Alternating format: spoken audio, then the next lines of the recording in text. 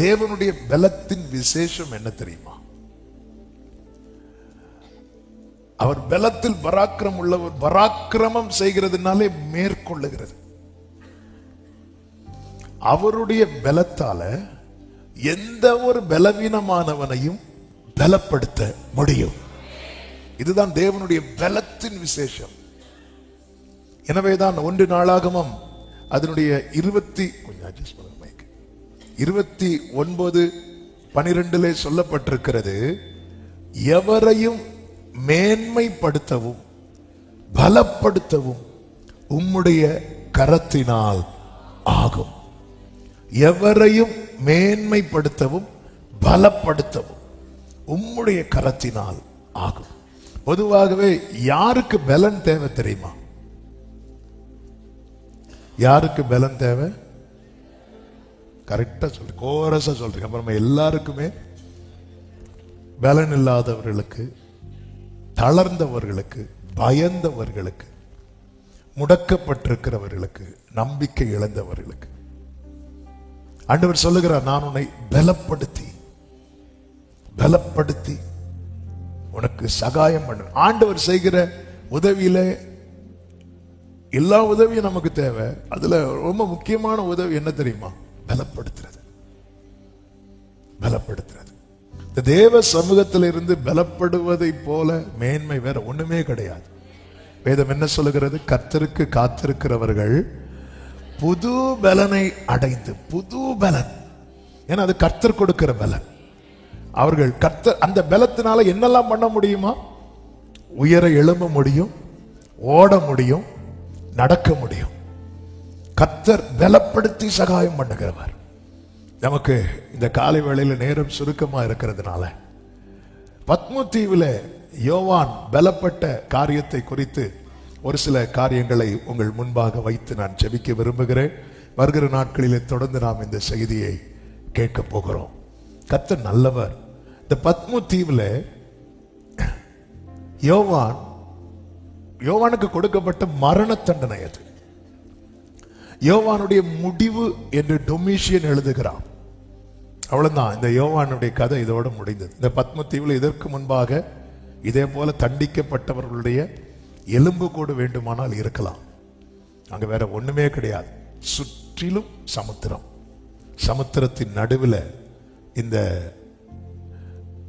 யோவான் இருப்பதை பார்க்க முடியும். சமுத்திரத்தின் நடுவில் பத்மு என்னும் தீவில் எல்லாம் முடிந்தது.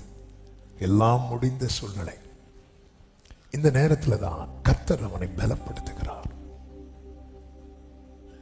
அதுதான் நம்ம கேட்டோம், எவரையும் பலப்படுத்த முடியும். எவரையும், எந்த சூழ்நிலையில் இனி இவங்களெல்லாம் எழும்ப முடியாது, பலப்படுத்த முடியும்.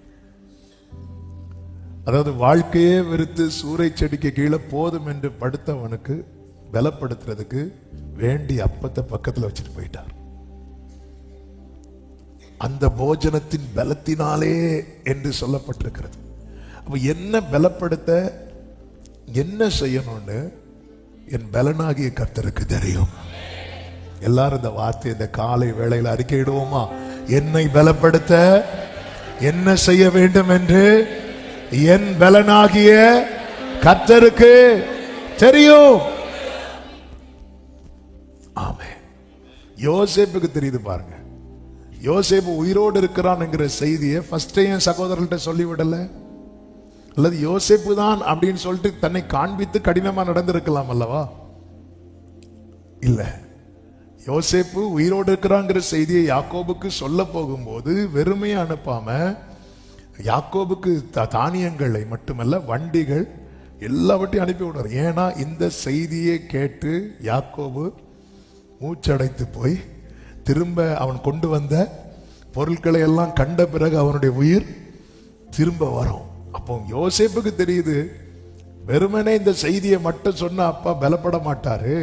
சில காரியங்களை அப்பாவுக்கு கண்ணுக்கு முன்னாடி காண்பித்தால் அப்பா பலப்படுவார்னு 22 வருடம் தகப்பனை விட்டு பிரிந்திருந்த எந்த கான்டாக்டுமே இல்லாத யோசேப்புக்கு தெரியுது. என்ன செஞ்சா எங்க அப்பா பலப்படுவாங்க. தாயின் வயிற்றில் தோன்றினது முதல் ஏந்தின கர்த்தர், இனிமேலும் ஏந்துவேன், சுமப்பேன், தப்புவிப்பேன் என்றவருக்கு தெரியும் எனக்கு என்ன செய்தா என்னை பலப்படுத்த முடியும் என்று. அல்லேலூயா. என்னை பலப்படுத்துகிற கிறிஸ்து, என்னை பலப்படுத்துகிறவர், அவர் என்ன பலப்படுத்துவார். இந்த பத்மதீவிலே கர்த்தர் யோவானை பலப்படுத்தின 5 விதங்களை நான் வேகமாய் சொல்லி செபிக்கிறேன். முதலாவது 13வது வசனம் 1:13 சொல்லப்பட்டிருக்கிறது. அந்த 7 குத்து விளக்குகளின் மத்தியிலே நிலையங்கி தரித்து மார்பருகே பொற்கச்சை கட்டியிருந்த மனுஷகுமாரனுக்கு ஒப்பானவரையும் கண்டேன் என்று சொல்லுகிறார். கர்த்தர் இந்த யோவானை எப்படி பலப்படுத்துகிறார் தெரியும்? அந்த இடத்துல யோவானுக்கு யாரையுமே பார்க்க முடியாது, யாரையுமே பார்க்க முடியாது. யாராவது யோவானை பார்க்கலாம் நினைச்சா கூட வர முடியாது. அப்படிப்பட்ட இடத்துல கர்த்தர் யோவானை பலப்படுத்த தம்மை காண்பித்தார். இந்த காலை வேளையில இந்த சத்தத்தை கேட்கிற ஒவ்வொருவருக்கும் சொல்லுகிற செய்தி, இந்த வார்த்தையை நீங்க எந்த விதத்துல கேட்கறீங்க அப்படின்னு தெரியாது. கிறிஸ்துவின் நிமித்தம், அவருடைய வசனத்தின் நிமித்தம், அவருடைய சொற்படி செய்தது நிமித்தம் நீங்கள் தனிமைப்பட்டு இருப்பது உண்டானால் கர்த்தர் உங்களை பலப்படுத்தும்படிக்கு தேவன் தம்மை காண்பிக்க சித்தமாயிருக்கிறார். ஆகார் ஏன் சாராளை விட்டு ஓடி வந்தாங்கன்னா, ஆகாருக்கு நிக்க முடியல, ஸ்ட்ரென்த் இல்லை. ஏற்கனவே கர்ப்பவதியா இருக்கிறாங்க.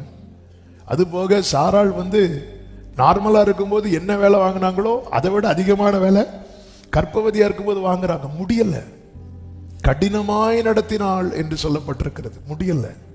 முடியாததுனால. ஏன் முடியல? பலன் இல்லை, முடியல. ஓடி போறான். அந்த ஓடி போறவளை திரும்ப கொண்டு சேர்க்கிறதற்கு கர்த்தர் செய்தது ஒன்றே ஒன்றுதான், தம்மை காண்பித்தார். என்னை காண்பவரை நானும் கண்டேன். சில இடத்துல நமக்கு ரொம்ப நெருக்கமானவங்க கூட எட்டாத தூரத்தில் இருப்பாங்க, தொடர்பு எல்லைக்கு வெளியே இருப்பாங்க. அந்த நேரத்தில் ஐயோ இவங்க வந்தா நல்லா இருக்கும், இவங்க வந்தா நல்லா இருக்கும் என்கிற தேடலை விட்டு ஆண்டவரே, பத்மதீவுல கூட ஒருவனை பலப்படுத்த உம்மை காண்பித்தீரே அப்பா. வனாந்திரத்திலே தாவீது பலப்பட்டது எப்படி தெரியுமா? இப்படியே உம்முடைய சமூகத்தில் உம்மை பார்க்க ஆசையா இருந்து. சங்கீதம் 63:2. உம்மை பார்க்க ஆண்டவர் வருவார்.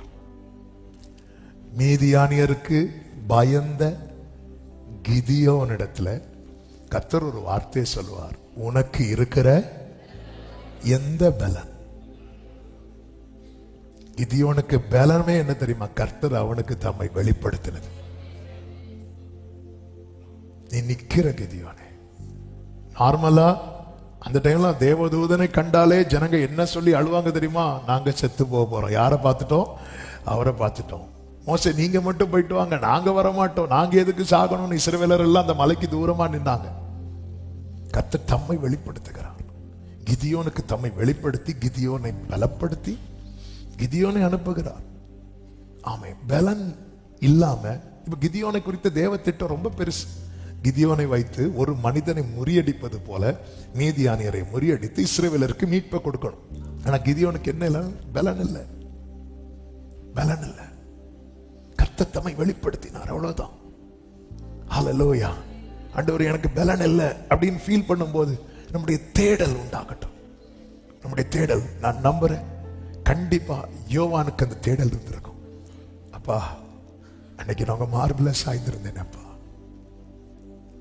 ஆமே, உம்மார்பில் சாய்ந்தால் சுகமே. தேடல். நீங்க முழு இருதயத்தோடு தேடுவீர்களானால் நீங்க தேடும் போதே நான் உங்களுக்கு காணப்படுவேன் சொல்லுகிறார். ஆண்டவர் வெளிப்பட்டார்னா அப்படியே ஃபுல்லா நமக்கு முன்னாடி காட்சி தருவதல்ல, காட்ஸ் பிரசன்ஸ். மெய்யாகவே பாருங்க, யோவான் ஸ்நானன் இயேசுவை பற்றி பேசிக் கொண்டிருக்கும் போதே ஃபீல் பண்ண ஆரம்பிச்சிட்டார். நீங்கள் அறியாதிருக்கிற ஒருவர் உங்கள் நடுவில் நிற்கிறார். நம்மளால ஃபீல் பண்ண முடியும். நம்மளால ஃபீல் பண்ண முடியும். ஹல்லேலூயா. நம்மளால அதை உணர முடியும். நம்ம படுத்திருக்கும் போது பக்கத்துல வந்து அவர் உட்காருவதை உணர முடியும்.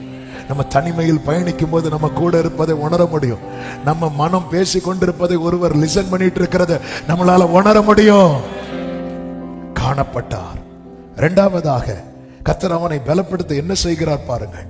17வது வசனத்திலே, நான் அவரை கண்டபோது செத்தவனை போல அவருடைய பாதத்தில் விழுந்தேன். அப்பொழுது அவர் தம்முடைய வலது கரத்தை என் மேல் வைத்தார்.